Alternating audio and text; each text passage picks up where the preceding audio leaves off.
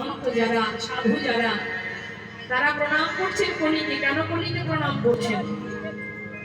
আমরা অবুঝ, আমরা বুঝি না, তাই কথায় কথায় হাজার অপরাধীর দোষের ভাগী হয় কলি। বাচ্চা কাচ্চা বাড়ির কোনো ব্যক্তি যে অপরাধী করুক না কেন, দেখবেন কথায় কথায় আমরা কলির দোষ দিই। কলির ছেলে, যার জন্য এমন অবস্থা, সব দোষ কিন্তু কলির হয় না, তাই না? ছেলেমেয়েরা অপরাধ করলে কি বলি? আরে করবে না, এ তো কলিযুগ। তার মানে কি কলির অনেক দোষ। তাহলে যে কলির এত দোষ, কিন্তু তার যে অনেক বড় গুণ আছে বাবা, বিশাল গুণ।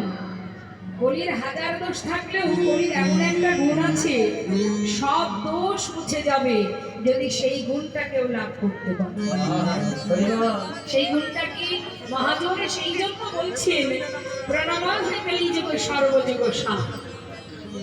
এই কলিকে বারবার প্রণাম জানান, হাজারবার প্রণাম করি, কারণ তিনটে যুগ, চার যুগের মধ্যে